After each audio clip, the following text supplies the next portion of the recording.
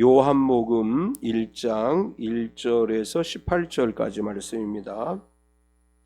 요한복음 1장 1절에서 18절까지 신약성경 제가 가지고 있는 성경은 142페이지입니다. 요한복음 1장 1절에서 18절까지 우리 같이 합독하겠습니다.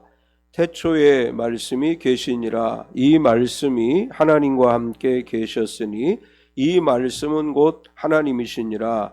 그가 태초에 하나님과 함께 계셨고 만물이 그로 말미암아 지은 바 되었으니 지은 것이 하나도 그가 없이는 된 것이 없느니라. 그 안에 생명이 있었으니 이 생명은 사람들의 빛이라. 빛이 어둠에 빛이 돼 어둠이 깨닫지 못하더라. 하나님께로부터 보내심을 받은 사람이 있으니 그의 이름은 요한이라. 그가 증언하러 왔으니 곧 빛에 대하여 증언하고 모든 사람이 자기로 말미암아 믿게 하려 함이라. 그는 이 빛이 아니요 이 빛에 대하여 증언하러 온 자라.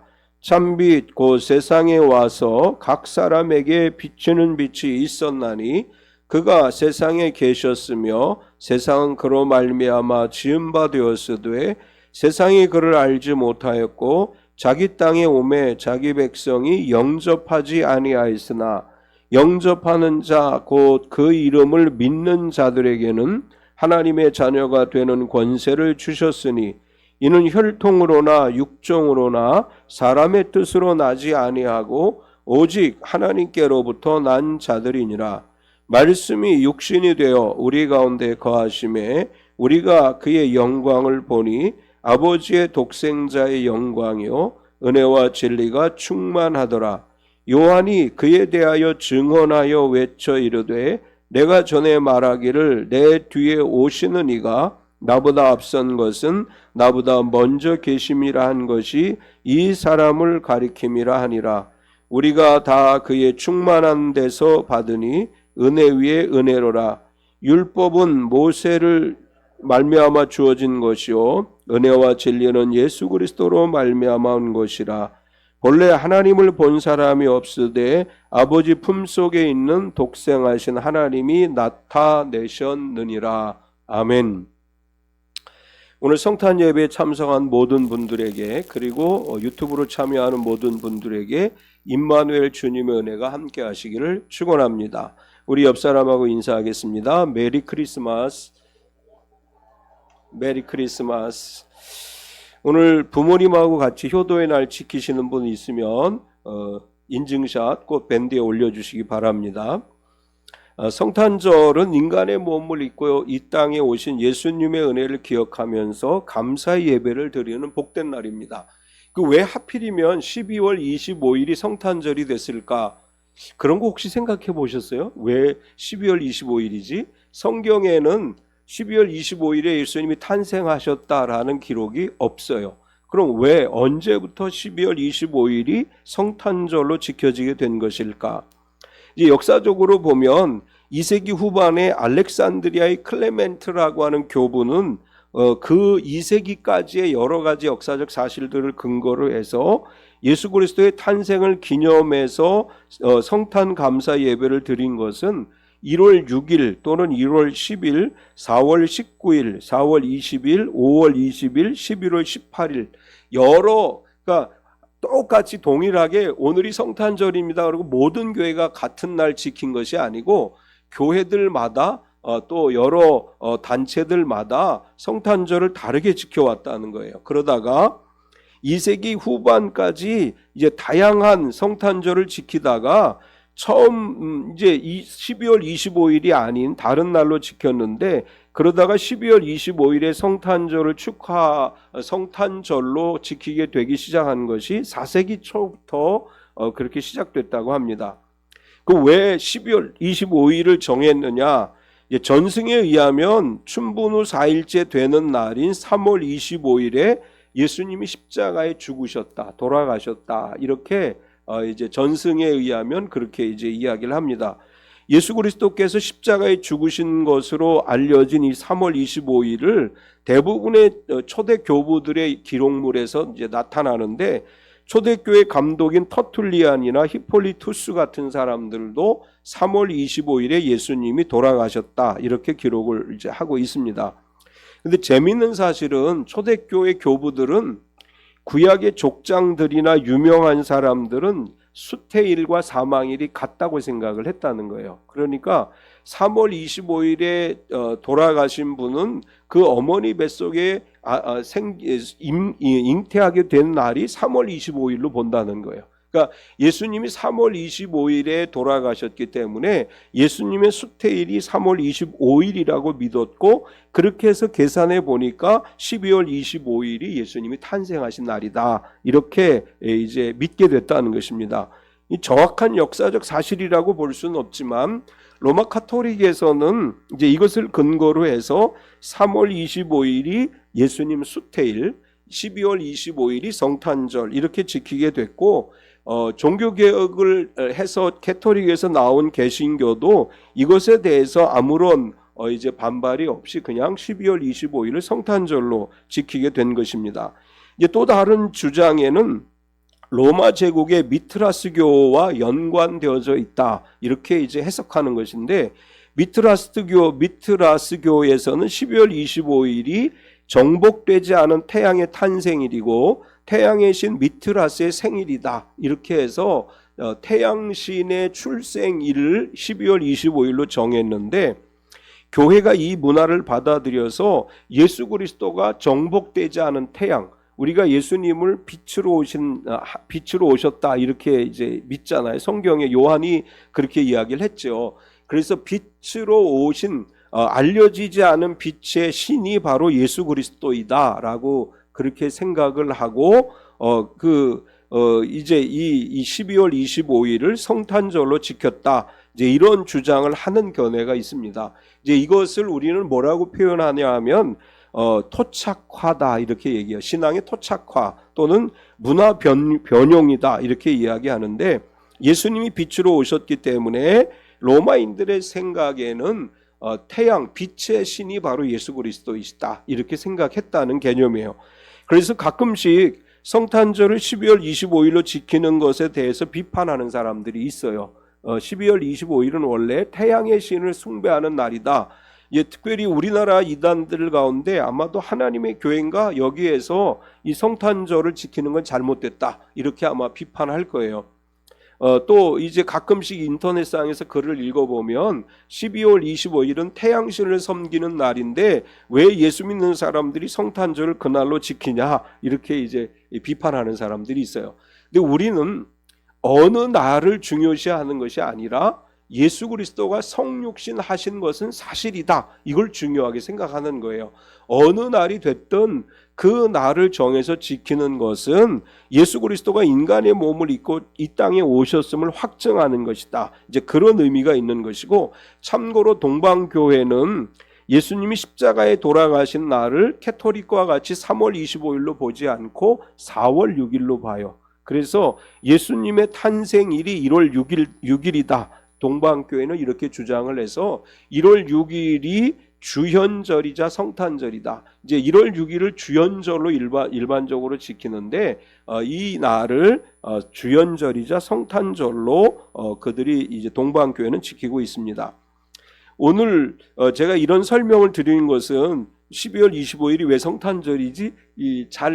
아무 생각 없이 우리가 성탄절을 지키고 왔었는데 이런 역사적 배경이 있다는 것을 설명을 드리려고 했던 것입니다. 성탄절을 맞이해서 오늘 우리가 함께 볼 말씀은 예수님은 생명의 빛으로 이 땅에 오셨다고 하는 거예요. 이 생명의 빛으로 오신 예수 그리스도로 말미암아 우리가 생명을 얻게 됐고 그 생명 안에 거하게 됐습니다. 오늘 말씀의 제목을 생명의 빛으로 오신 예수님이라고 하는 제목으로 말씀의 은혜를 나누려고 하는데, 오늘 말씀 안에서 요한사도는 첫 번째로 이런 이야기를 해요. 태초에 말씀이 계시니라. 이제 말씀은 생명과 밀접한 관계가 있다 이렇게 정의했어요. 하나님께서 이 세상을 만드실 때 말씀으로 창조하셨죠. 우리의 생명도 역시 말씀으로 창조하신 거예요. 그래서 우리의 생명은 하나님의 말씀과 밀접한 관계가 있고 그 말씀이 곧 이제 예수 그리스도로 말미암아 이 땅에 우리 가운데 임하신 것이다. 그래서 요한 사도는 예수님을 소개하면서 태초에 말씀이 계셨다라고 시작을 합니다. 이 말씀으로 세상을 창조하신 하나님께서 말씀으로 우리에게 생명을 부여하셨고 말씀으로 인해서 우리는 영원한 생명을 얻게 된 것이다.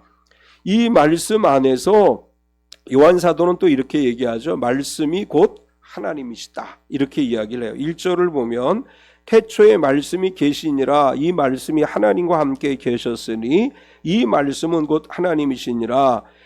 말씀이 곧 하나님이시다라고 요한 사도가 이야기한 이 말은 사실은 굉장히 철학적인 의미를 담고 있어요. 그래서 이 말씀을 해석하는 데 있어서는 이제 로고스라고 하는 단어를 사용하면서 여러 가지 철학적 관점에서 해석을 하는데 이 말씀은 이 말씀이 하나님이시라고 하는 것은 이런 의미예요. 말씀으로 하나님이 세상 만물을 주관하시는데 말씀하심에 그대로 됐다. 이것이 하나님이 말씀이다라고 하는 이 말의 근본적 의미라고 할 수 있습니다. 하나님은 말씀으로 모든 만물을 주관하시기 때문에 만물을 주관하시는 말씀이 곧 하나님이시다. 이렇게 이야기하고 하나님은 말씀으로 세상을 다스리시고 말씀으로 세상을 주관하시기 때문에 말씀이 곧 하나님이시다. 이렇게 이야기한 것이고 하나님은 오늘도 우리에게 말씀으로 하나님을 나타내시죠. 말씀인 성경을 덮어놓고 하나님을 볼 수 없어요. 우리가 말씀을 읽음으로 하나님을 만날 수 있어요. 말씀을 읽음으로 하나님의 존재를 확인할 수 있고 하나님의 임재를 경험할 수 있습니다. 우리의 신앙은 말씀 중심의 신앙이 돼야 돼요. 체험 중심의 신앙이 아니고 말씀 중심의 신앙이 돼야 돼요. 성경을 덮어놓고 하나님을 만날 수가 없어요. 성경을 덮어놓고 하나님을 발견할 수 없습니다. 성경을 펴서 읽는 가운데 말씀을 묵상하는 가운데 말씀이신 하나님을 만나게 되고 말씀이신 하나님을 경험할 수 있습니다. 이제 계속해서 요한은 그가 태초에 하나님과 함께 계셨다 이렇게 이야기를 해요. 2절을 보면 그가 태초에 하나님과 함께 계셨고 요한 사도는 태초에 말씀이 계셨다고 이야기를 하면서 그 말씀이 하나님과 함께 계셨다 이렇게 이야기하고 그 말씀이 하나님이다. 이제 1절과 2절을 읽어보면 조금 헷갈려요. 말씀이 계셨는데 말씀이 하나님이시고 그 말씀이 하나님과 함께 계셨다. 이게 도대체 무슨 이야기를 하려고 하는 것일까? 요한 사도는 태초에 말씀이 계셨다고 이야기하고 말씀이 하나님과 함께 계셨다고 이야기하고 그리고 말씀이 하나님이다. 이 말은 무엇을 얘기하는 것이냐 하면 삼위일체를 설명하려고 하는 거예요. 하나님과 예수님이 계셔요. 그런데 하나님과 예수님은 하나예요. 그리고 하나님이 말씀이시고 예수 그리스도가 말씀으로 이 땅에 성육신하셨어요. 그러니까 요한이 의도하고 있는 것은 삼위일체 하나님을 이야기하면서 성부 하나님과 성자 하나님이 하나이시고 성부 하나님과 성자 하나님이 우리에게 나타나신 것은 말씀으로 우리에게 나타나신 것이다. 그래서 말씀 안에서 우리가 하나님을 볼 수 있고 말씀 안에서 예수님을 볼 수 있고 말씀 안에서 성령님을 체험할 수 있는 것이다. 이런 의미로 이야기하는 것입니다. 우리 1년 성경 일독하게 하는데 굉장히 중요한 거예요. 말씀에서 말씀이 하나님이시면 우리가 성경을 읽고 묵상해야 하나님을 만날 수 있는 거죠. 그래서 말씀을 묵상하고 말씀을 통해서 하나님을 발견해야 되고 말씀 속에서 예수 그리스도를 만나고 말씀 속에서 예수 그리스도를 체험해야 되는 것이다. 이런 의도로 이야기를 하고 요한은 계속해서 그가 세상을 창조하셨다 이렇게 말을 합니다. 3절을 보면 만물이 그로 말미암아 지은 바 되었으니 지은 것이 하나도 그가 없이는 된 것이 없느니라. 창세기 1장에 보면 천지 창조하시는 모습이 나오죠. 하나님께서 있으라 하심에 있었다 이렇게 표현을 해요. 이 흑암의 세상 속에서 하나님께서 말씀하심에 있으라 하심에 모든 것들이 있었다 이렇게 이야기하는데 있으라 하시매라고 하는 말은 있으라 말씀하시매라고 하는 뜻이죠. 있으라고 말씀하시매 그것이 존재하게 됐다, 이렇게 말씀하시고 결국은 말씀으로 하나님이 세상을 창조하셨다는 것을 이제 이야기하는 것입니다. 그래서 히브리서 저자는 히브리서 11장 3절에서 이렇게 이야기를 해요. 믿음으로 모든 세계가 하나님의 말씀으로 지어진 줄 우리가 아나니 보이는 것은 나타난 것으로 말미암아 된 것이 아니니라. 우리가 믿음으로 하나님이 이 세상을 말씀으로 창조하셨는 줄 알게 되는 거죠. 하나님 말씀을 통해서 이 세상을 창조하신 분이 하나님이시고 이 세상을 창조하신 분이 예수님이시다라고 하는 것을 알 수 있다는 것입니다. 두 번째, 요한사도는 생명은 하나님께서 왔다, 하나님에게서 왔다, 이렇게 이제 표현했습니다. 하나님께서 말씀으로 세상을 창조하셨고 하나님이 말씀이시고 또한 그리스도와 하나이시기 때문에 그리스도도 말씀이시고 말씀 안에 생명이 있다, 이렇게 이야기하는데 모든 생명은 하나님께서 왔다는 것을 설명하기 위해서 그 안에 생명이 있다, 이렇게 이야기했습니다. 4절을 보면 그 안에 생명이 있었으니 이 생명은 사람들의 빛이라. 그 안에 생명이 있다는 말은 하나님 안에 생명이 있다, 예수 그리스도 안에 생명이 있다, 이런 말입니다. 다르게 표현하면 우리의 모든 생명의 근원은 하나님이시고 우리의 생명은 하나님께로부터 온 것이다, 이런 의미예요. 이제 여기서 생명이라고 하는 단어는 영생을 의미하는 것이고 우리가 이 세상에 태어나서 살다가 잠깐 살다가 하나님의 부름을 받게 되는 이 생명, 이 땅에 사는 생명을 이야기하는 것이 아니고 영원히 죽지 않는 영생을 의미하는 것입니다. 우리의 생명, 영생은 하나님께 속한 거예요. 하나님이 우리에게 영생을 주심에 우리가 영원한 생명을 얻는 것입니다. 우리가 이 땅에 잠시 살 수는 있지만 이건 생명이 아니에요. 이건 잠시 산 것에 지나지 않아요. 우리가 왜 예수 그리스도를 믿어야 하는가 하면 우리는 영원한 생명이 약속되어져 있기 때문이에요. 이 영생이라고 하는 것은 하나님으로부터 우리에게 주어진 것이고 하나님만이 우리에게 줄 수 있는 것입니다. 요한사도는 그리스도 안에 생명이 있다고 말하고 곧바로 이 생명은 사람들의 빛이라, 이렇게 이야기를 했습니다. 여기서 사람들의 빛이라고 하는 말에 대해서 현대어 성경은 이 생명은 모든 인류에게 빛을 주신다, 쉬운 성경은 그 생명은 세상 사람들을 비추는 빛이었다, 이렇게 번역을 했습니다. 우리의 영원한 생명은 하나님께 있는 것이고 그리스도 안에 있는데 우리의 생명이신 그리스도는 이 세상에 와서 우리들에게 빛을 비추어 주셨고 그 빛 안에서 우리가 영원한 생명을 얻게 된 것이다, 이렇게 설명을 합니다. 요한사도는 예수님이 우리에게 오신 빛이다, 이렇게 얘기하고 우리는 예수님이 주시는 빛으로 인해 생명을 누리게 된 것이다, 이렇게 이제 말씀을 하고 있습니다. 생명이 유지되기 위해서는 빛이 있어야 되죠. 모든 생물에게는 빛이 있어야 돼요. 우리 요즘 뭐 이렇게 자외선이 뜨겁다고 해서 빛으로부터 나를 보호하려고 막 얼굴을 가리고 다니고 이렇게 하는데 사실은 적당한 자외선을 쐬야 우리가 비타민 D가 생성이 되고 건강에 살아갈 수 있습니다. 예수님이 빛으로 오셨다는 것은 예수님이 우리에게 생명을 비춰주신 것을 이야기하는 것입니다. 물론 이제 식물들을 보면 음지식물이라고 하는 게 있어요. 어둠 속에서 키울 수 있는 식물들이 있기는 합니다. 그러나 대부분의 생명체는 다 빛을 필요로 하죠. 저는 화분 키우는 걸 되게 좋아해요.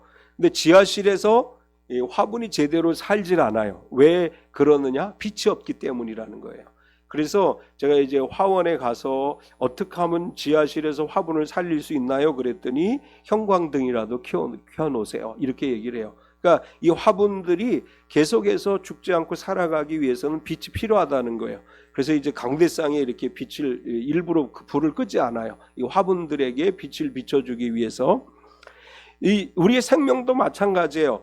이 식물들이 빛을 보아야 자랄 수 있듯이 예수 그리스도는 우리의 생명을 살려주는 빛으로 이 땅에 오신 거예요. 우리가 예수님의 빛을 받음으로 인해서 우리의 생명을 유지할 수 있습니다.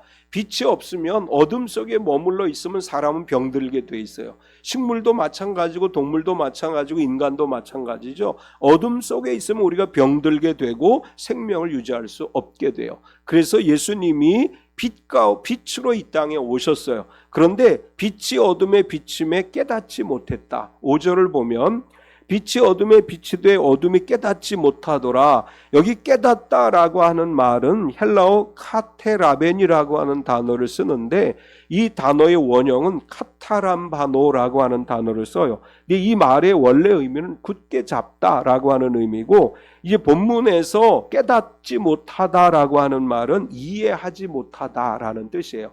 그러니까 빛이 이 땅에 왔는데 어둠은 빛을 이해하지 못해요. 이게 이 빛이 무엇을 의미하는지를 알지 못한다는 거예요.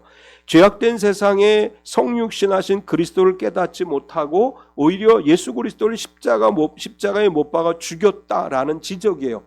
예수님이 빛으로 오셨는데 어둠에 갇혀 있었던 사람들은 이해하지 못하니까 예수님은 십자가에 못 박아 죽게 만들고, 예수님이 이제 영원한 생명을 주시려고 오셨지만 그걸 이해하지 못했다. 이제 이런 의미고, 오늘날도 마찬가지예요. 생명과 말씀의 빛으로 오신 예수님에 대해서 사람들은 이해하지 못해요. 예수님 믿는 것에 대해서, 예수님 믿음으로 구원받고 영원한 생명을 얻는다는 것에 대해서 의문을 제기해요. 아니 그게 정말 가능해? 아니 왜 무언가를 해야지 그냥 예수님만 믿으면 구원 얻을 수 있다고? 이걸 이해하지 못하는 거예요. 그래서 이 어둠에 있는 사람들이 예수님을 이해하지 못하고 예수 믿음으로 인해 영원한 생명을 얻을 수 있다는 것을 이해하지 못하기 때문에 주님께 나오지 못하고 여전히 사망의 어둠 속에 머물고 있는 것입니다.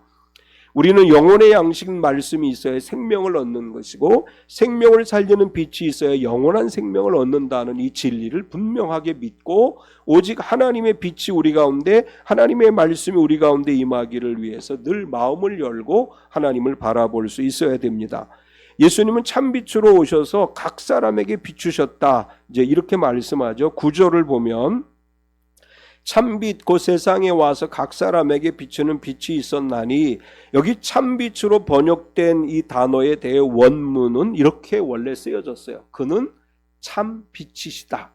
공동번역은 말씀이 곧 참빛이었다 이렇게 번역을 했어요. 사실 공동번역의 번역이 훨씬 더 좋은 번역인 것 같아요. 단순히 빛이라고 말하지 않고 말씀이 곧 참빛이시다. 그러니까 말씀이 빛으로 이 땅에 임하신 것이다. 이렇게 이제 소개를 합니다.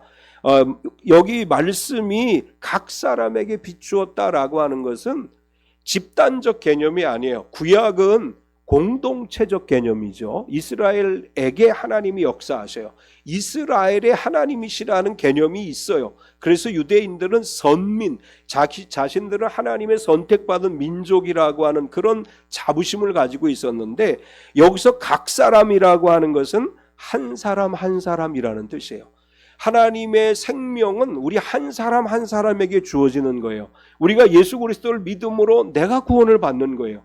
예수 그리스도를 믿음으로 내가 영원한 생명을 얻는 거예요. 우리 가정이 다 나로 인해서 자연적으로 구원받는 것이 아니고 내 믿음으로 내가 구원받는 것이고, 또 우리 자녀들이 각자의 믿음으로 구원을 받는 거예요. 그래서 우리가 한 사람 한 사람이 예수님을 영접하도록 전도하는 것이고, 한 사람 한 사람의 영혼이 주님께 나오도록 복음을 전하는 것입니다. 예수 그리스도는 나의 구세주이셔요. 우리의 구세주이시지만 나의 구세주이시고, 하나님은 나를 구원하셔요. 우리가 예수 그리스도의 구원 사역으로 인해서 오늘 내가 구원받은 성도가 됐고, 오늘 내가 하나님의 자녀가 되었음을 믿습니다.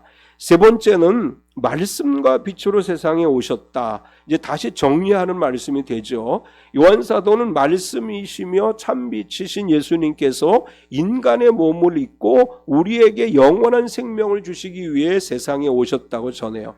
예수 그리스도가 2000년 전에 이 땅에 태어나신 것은 우리에게 생명을 주시기 위해서 오신 것이죠. 그런데 생명을 주시기 위해서 오신 예수님은 빛으로 오셨습니다. 9절에서 13절까지를 보면 참빛 곧 세상에 와서 각 사람에게 비추는 빛이 있었나니 그가 세상에 계셨음에 세상은 그로 말미암아 지은 바 되었으되 세상이 그를 알지 못하였고 자기 땅에 오매 자기 백성이 영접지 아니하였으나 영접하는 자 곧 그 이름을 믿는 자들에게는 하나님의 자녀가 되는 권세를 주셨으니 이는 혈통으로나 육정으로나 사람의 뜻으로 나지 아니하고 오직 하나님께로서 난 자들이니라. 예수님은 생명의 빛으로 이 땅에 오셨지만 사람들이 예수님을 영접하지 않았고 사람들이 예수님을 믿지 않았다고 하는 것입니다. 그런데 특별히 요한은 이런 표현을 썼어요. 나를 지으신 그분을 몰라봤다, 이런 얘기를 쓴 거예요. 하나님이 나를 만드셨어요. 예수님이 나를 만드셨어요. 그분이 직접 빛으로 이 땅에 오셨는데 사람들은 자기를 지으신 그분을 몰라보았다는 거예요. 그분을 인정하지 않았다는 거예요. 하나님께서 이 땅에 인간의 몸을 입고 오셨음에도 불구하고 사람들이 알지 못하고 영접하지 않았으나 영접하는 자 곧 그 이름을 믿는 자들에게는 하나님의 자녀가 되는 권세를 주셨으니 예수 그리스도가 이 땅에 인간의 몸을 입고 오셨음을 믿는 사람들은 하나님의 자녀가 되는 권세를 얻게 됐습니다. 여기 중요한 표현을 썼어요.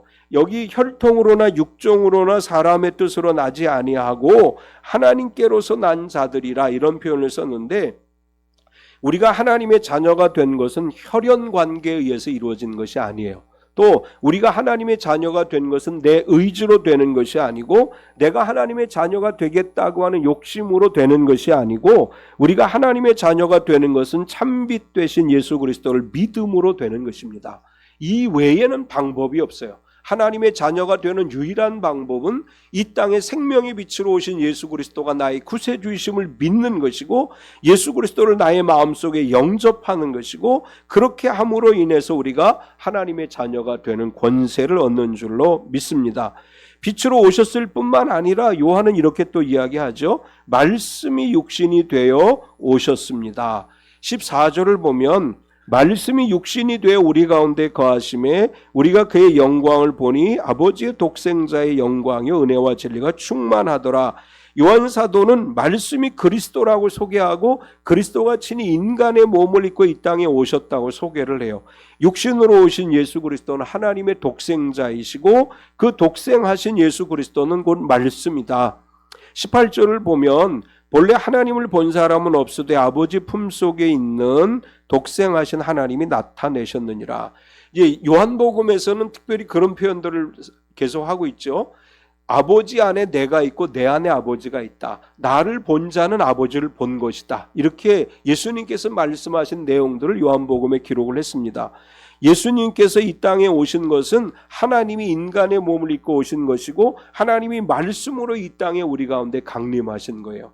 예수님이 말씀하심에 병자가 죽은 자가 살아났습니다. 예수님이 말씀하심에 물이 변하여 포도주가 됐어요. 예수님이 말씀하심에 거친 파도가 잔잔해졌습니다. 말씀이 육신이 되어 이 땅에 오셨기 때문에 예수 그리스도의 말씀은 천지 만물을 주관하시고 기적을 행하십니다. 오늘도 우리는 성육신하신 예수 그리스도의 말씀을 힘입어 기도하고 성육신하신 예수 그리스도의 말씀을 힘입어 선포할 때 기도하고 선포하는 대로 되는 역사가 일어날 줄 믿습니다. 성탄의 은혜가 바로 그거예요. 성탄의 은혜는 하나님이 우리를 위해 이 땅에 오신 것이고 말씀이 우리 가운데 오신 것이고 빛으로 우리 가운데 오신 것이고 그 말씀을 의지해서 말씀대로 선포하면 말씀대로 이루어지는 복을 누리는 것인 줄 믿습니다. 마지막으로 그리스도는 은혜와 진리가 충만하다 이렇게 말씀을 해요. 14절에서 17절까지를 보면 말씀이 육신이 되어 우리 가운데 거하시며 우리가 그의 영광을 보니 아버지의 독생자의 영광이요 은혜와 진리가 충만하더라.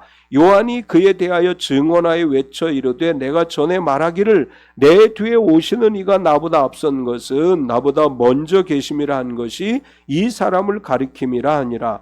우리가 다 그의 충만한 데서 받으니 은혜 위에 은혜로라. 율법은 모세로 말미암아 주어진 것이요 은혜와 진리는 예수 그리스도로 말미암아 온 것이라.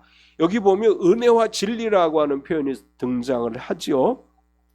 은혜와 진리는 구약 성경에서 하나님의 성품을 나타내는 표현이었어요.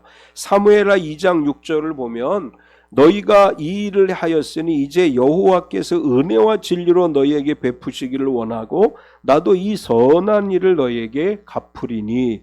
은혜와 진리는 하나님을 상징하는 거예요. 하나님이신 하나님 안에 은혜와 진리가 있는데, 예수 그리스도가 이 땅에 오셨을 때 예수 그리스도 안에 아버지의 성품인 은혜와 진리가 충만하다. 그리고 우리가 다 그 은혜와 진리 가운데 하늘의 은혜를 누리게 된다. 이렇게 말씀을 했습니다.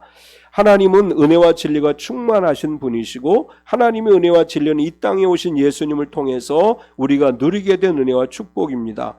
은혜와 진리는 그리스도로부터 차고 넘치게 흘러나와서 성도에게 임하는 역사, 성도에게 임하게 되고, 우리는 독생자 예수 그리스도의 성육심을 기념하는 오늘 우리에게 주신 이 말씀들을 붙잡고 빛으로, 생명의 빛으로 오신 예수 그리스도, 그 빛 가운데 거하고 생명의 영생의 말씀으로 오신 예수 그리스도의 그 말씀을 의지해서 말씀과 빛 가운데 거함으로 하나님이 주시는 영원한 생명을 누리는 삶을 살아가게 될 줄 믿습니다.